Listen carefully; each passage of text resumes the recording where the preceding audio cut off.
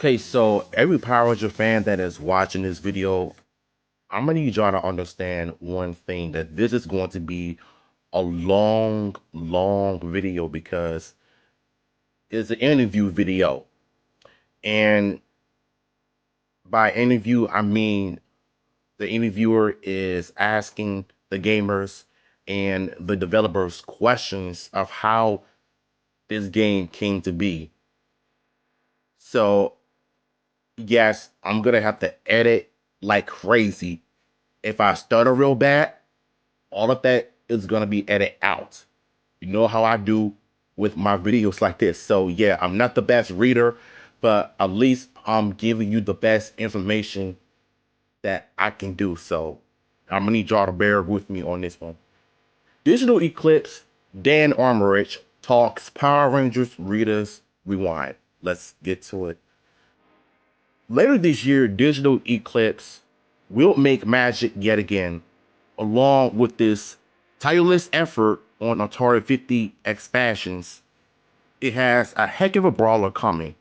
That game is Mighty Morphin Power Rangers Rita's Rewind, based on a classic franchise, and yes, it's looking good. Before we suit up and whoop baddies, however, we need to know more about the game. With that, industry veteran and Digital Eclipse content editor Dan Amrich stopped by to chat with us. Closely working on Rita's Rewind story, he knows the importance of all things Power Rangers, and we didn't even need to bribe him with crystal. I like how they took shots at the 2017 Power Rangers reboot, was just trash, by the way. But the whole Krispy Kreme line, that's a nice little nod at the 2017 film. I like that. First up, what inspired you guys to work on the Power Rangers beat 'em up? Was it just time for them to return? Where were you inspired by other arcade brawlers that have been a hit lately?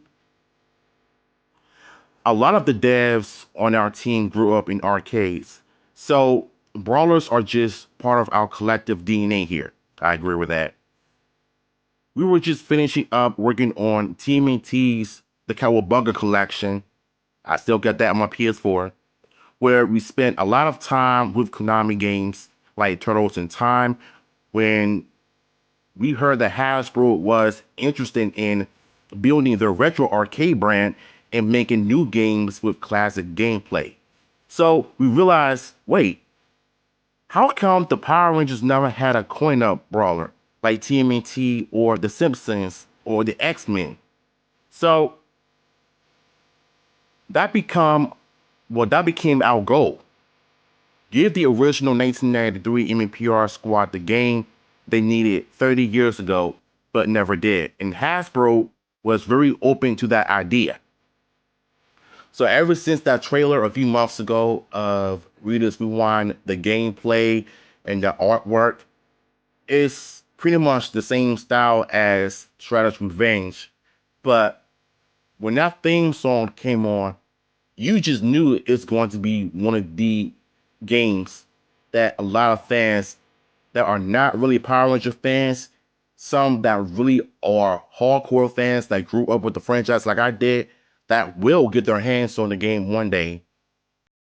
Just know that it's going to be played all over YouTube, live streaming it, let's plays, speed runs. Like I can see them doing speed runs on this game because the game looks fun. It looks way fun. Crossplay, everything. Like, it's a good time to be a Power Rangers fan, and I love how they mentioned that back in the 90s, they never had like arcade beat 'em up styles in the arcades and Sega Genesis and Super Nintendo. Though the MEPR movie game on the Sega Genesis is a beat 'em up. It's an arcade style. It's not like the Super Nintendo where it's a platforming, platforming beat 'em up. You know what I'm saying? Even though I appreciate the first game on the Super Nintendo, but we want an actual beat 'em up. Side scrolling beat 'em up. No platforms needed. But it seems like you kind of get a little bit of that in Rita's Rewind, where certain missions like fighting the monsters in first person, shooting whatever the clowns in the roller coaster mission. It's a little bit of that, but the games remains arcade style. It's kind of like a mix in between, you know what I'm saying? What can you guys tell us about the story that doesn't go into spoilery territory? We know Rita's back at the very least. We're using the Netflix special MPR Once No Ways as a creative springboard. That established two important things for us. Robo Rita's exists, and she has access to a time portal. The question we then ask is, instead of using her portal to kidnap rangers from different areas, what if she simply goes back to the beginning and tries to wipe out the rangers before they have a chance to get started? A robot Rita from present day teaming up with her former self and knowing all of the mistakes she's made over the last 30 years would be really wicked and fun combination.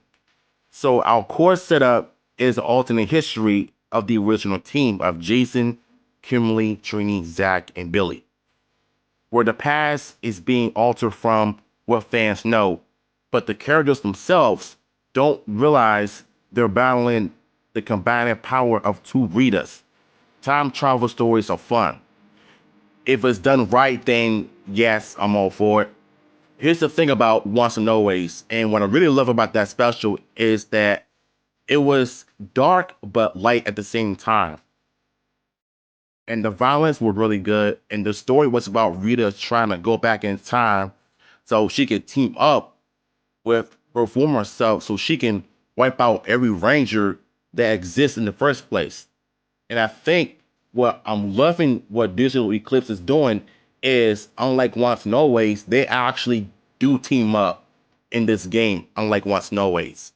So I can really appreciate them for what they're trying to accomplish. And I'm loving when they take one important plot from a 30th anniversary special and they add it on to the games to make it official. That's creative. Be honest. How many Mighty Morphin Power Rangers episodes did you watch for research as you put this game together? Most of the game's events focus on the first half of season one, so I focus a lot of my character studies on the first 20 or so episodes, but our time travel angle let us sprinkle in some fun references to later seasons. For instance, the Tango Warriors don't appear until season 3, but Robo Rita decides to introduce them earlier to cause more chaos. Okay, so they pretty much did a bit of their homework a little bit.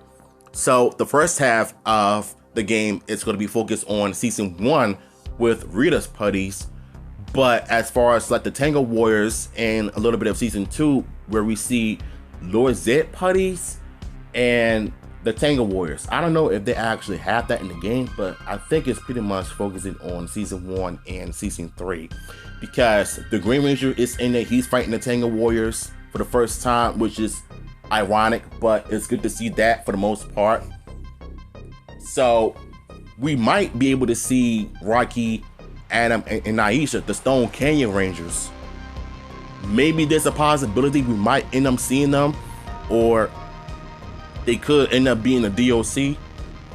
Like, just imagine, like, if they were to do more supporting updates on Rita's Rewind, and we also see Cat becoming the second Pink Ranger and the first Pink Ninjady Ranger in Rita's Rewind as a DOC, because she came in later on in season 3 for the most part.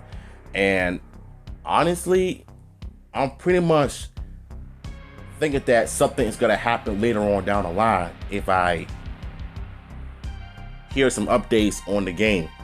But I love how the fact that he's actually did some studies on season 1 and season 3, because if you do that, then you got something going here. Since this is truly in the spirit of an arcade game, we wanted to preserve that feeling that you're a hero from the start. Everybody has a favorite ranger, but they all have skills. Each has unique animations and special super attacks. For instance, Zack's ideal animation shows a little more bounce than the others because that's part of his dance-based hip-hop keto style, when Kimberly performs her ground smash attack, she has a quick animation that shows her striking the landing like a gymnast she is. So we've tried to show the personalities of each ranger whenever we can, even if it's small flourishes that only big fans might spot. And you notice that in the demo that was shown at the Gamescom when we see Zack moving differently, because in the show he's known for his hip-hop keto dance and fighting at the same time. So I do like the fact that they actually stated the source material a little bit more so they know what the characters are about.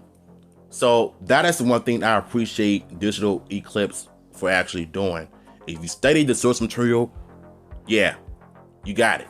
Is a brawler, but the rest is a nod to the other forms of arcade gameplay from that early 90s era.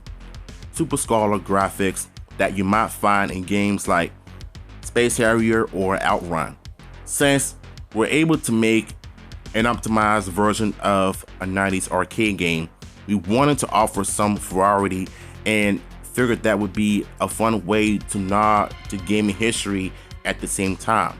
Each player would get to pilot their own Zord during these 3D sequences, chasing kaiju villains and blasting targets at the same time. The Megazord battles will also be in Super Scholar mode, where you'll be in the cockpit of the Megazord for the first time. I'm sorry if I stutter. I'm so sorry, y'all.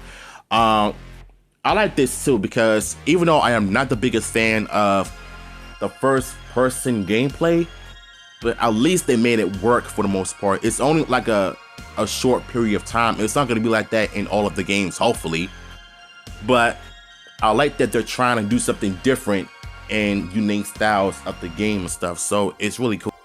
How closely did you work with Hasbro on development of this game? Hasbro is now the owner of the MAPR IP, and they've been very supportive of our creative goals. We pitched them on the idea and they said, sounds good, but you have to show us. So along the way, they've had full visibility and approval on the script, the art assets, gameplay, videos, and playables, and the response has consistently been, that looks great, keep going. So we're honored that they're offering us so much creative freedom and letting us simply make the best game we can make. Alright, so I need to get on this. Hasbro is a love and hate company right now because of the auctioning of the costumes and the props and sets from the show. But I'm gonna get to that in my TikTok shorts when I make a video on it. But yes, I'm glad that they actually allow Digital Eclipse to get creative of their version of Mighty Morphin Power Rangers. And I'm loving the fact that Hasbro is approving and giving these people a chance to showcase their take on this classic team. So as long as the game is good and the story is great, which I know it is, that's really all that matters. The writing, the action, and the plot. But the gameplay looks really fantastic based on my reactions that we reacted to in the past. We are lucky to have composer Sean Bilo on board for our soundtrack. We were able to license a few key themes from the show, but most of the music is going to feel spot on for the era of arcade games we're targeting. I have offered live demos of the game at events for several days at a time, and I'm still not tired of hearing Sean's music. So The one thing I don't like about it is not having Ron Wasserman to do the theme song, because that would have been the best part, is having him be the composer of this game like he was in Once and Always.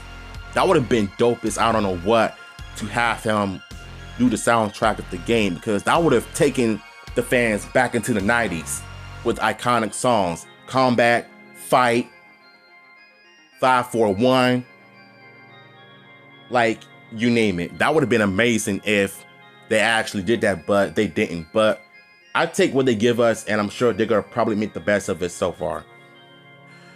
You recently had a showcase at Gamescom, and many of the hands on previews are absolutely glowing. How does this make you feel as a whole about the game? The reactions at Gamescom, PAX West, and Portland Retro Gaming Expo were strongly positive. We hope the fans will see the care we put in, but if anything, it seems we underestimate how happy this was going to make people. Seeing fans pick up the controller at PAX, figure out the controls pretty much instantly, then start laughing and talking with their friends during multiplayer sessions really was a relief. We feel like we're on track right now, and we're going to be able to offer something that satisfies fans of the 90s style arcade games, but still honors the legacy of the classic MEPR. And if you're a fan of both, we can't wait for you to try it yourself. Okay, so based on what I'm seeing from this part, this game looks like it has potential of being the best game out there. Whether it's going to win some awards, probably not, but it's the game that is going to have people coming back for more, because they're going to be asking more and more and more Power Ranger games, Power Ranger goodness, this and that, because I get it. Power Rangers is a joke to the public because of how cheesy it is. But there are some moments in the show that people are not really familiar with. But if they read the comics, yes, the comics are the best. The shows, hit or miss, but we're talking about Rita's Rewind and why I believe that this game is going to change people's minds like it's doing right now. Because this is a game that everybody is going to remember from years to come. If they feel like playing some beat 'em up, yeah, I would have picked Power. Well, I would have played Power Rangers instead of TMNT or Streets of Rage, because, hey, if you love it and if you want to play it, go for it. Can't nobody make you. Can't nobody stop you from playing different games. If it's something you want to play with, go for it, because the game looks fun overall. Is there any word on the release date or just sometime in 2024? That's what I want to know. We are getting very close to finalizing our date. One of the hurdles is we want to coordinate a launch on all platforms on the same day and time. So that does require some fancy planning. But we're also using every last second we have to tweak and improve the gameplay, dialogue, and all those other little things that the fans will expect to be top shelf.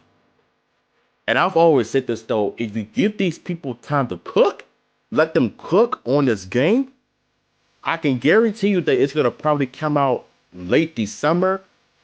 So it'll be time, well, just a time before like New Year's Eve, because that way they can spend as much time with the game as they can to put some more finishing touches on the game, because this game is looking absolutely fire and fun at the same time. And if you watch my previous reactions to the gameplay and the interview, I think you would know that this game is gonna surprise a lot of people in a good way, because this game is bringing people back. Because we ever had a Power Ranger game since Battle for the Grid. Like, we need to actually see more Power Ranger games come out. Whoever does that wants to take a crack at the Power Rangers. But if anything, I wouldn't mind seeing a Power Rangers game being done by Capcom and have the OG actors voice over their characters. Like, whether it's going to be a fighting game or a beat 'em up, I pretty much want them to be a fighting game because, you know, the Power Rangers in the 90s had Fighting Edition. They had one on the Sega Genesis, the Game Gear. But the Game Gear is way better than the Genesis version, in my opinion. So if they make a game like that, but tweak some special moves and combat systems, nerf some stuff a little bit, but with the combat section, yo, Capcom would have been best at making a Power Rangers fighting game based on season 1 or based on the history of the franchise for that matter. It would have been great. Just don't do the human faces because that's the one thing I'm a little scared of, because you know what happened with Marvel, like Marvel vs. Capcom Infinite, where the human characters look so iffy in my opinion. So I really don't want to see that in Power Rangers if Capcom were to make a fighting game out of it, which I highly doubt they will. Maybe, I'm not sure, but only time will tell, because Digital Eclipse right now is really doing something good.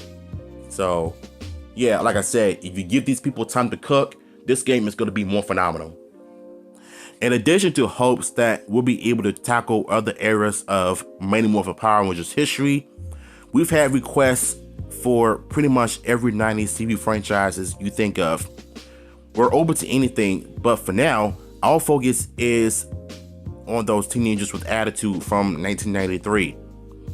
The if successful part is really the key to your question, so we're really focused on making a game worthy of people saying they want more. And I completely respect what they said as well, because Street Sharks was a good show back in the day. I used to watch it when I was young. So the fact that that show still exists today, it says a lot. But if anything, I wouldn't mind them making a Power Rangers Zeo game and pretty much make Billy the Gold Ranger at that. If there's like a one important plot, like I want a Power Rangers Zeo game to be a beat 'em up just like this. They never had that in 1996. It was just a Mario Kart ripoff, and it did not look good. They tried it, but it sucked. I played it one day, I hated it. So I would have loved for them to actually just make a Zeo game just like this. Or they could have just made it like the first MEPR game from 1984. Just saying. Okay, so that was an interesting interview, and I know I kind of struggle a little bit, but that's why when I say I have to edit out certain parts of my stuttering, I'm not the best reader, but at least I'm trying my best to get better at it, so you guys were able to enjoy my content. So at the end of the day, I'm still excited about the game. I still love Power Rangers, and I just want this franchise to be successful. So hopefully Hasbro can just stop screwing up. But in the meantime, this game is going to be coming out later this year, and I know everybody is going to want to play this game so much longer. They're going to have to spend a lot of hours learning the combos and doing speed runs, because there are some skillful speed runners out there that are going to get their hands on this game. And if they're fans of Power Rangers like I am, bruh, this is money. So link to the article will be down below, and I'm gonna catch you.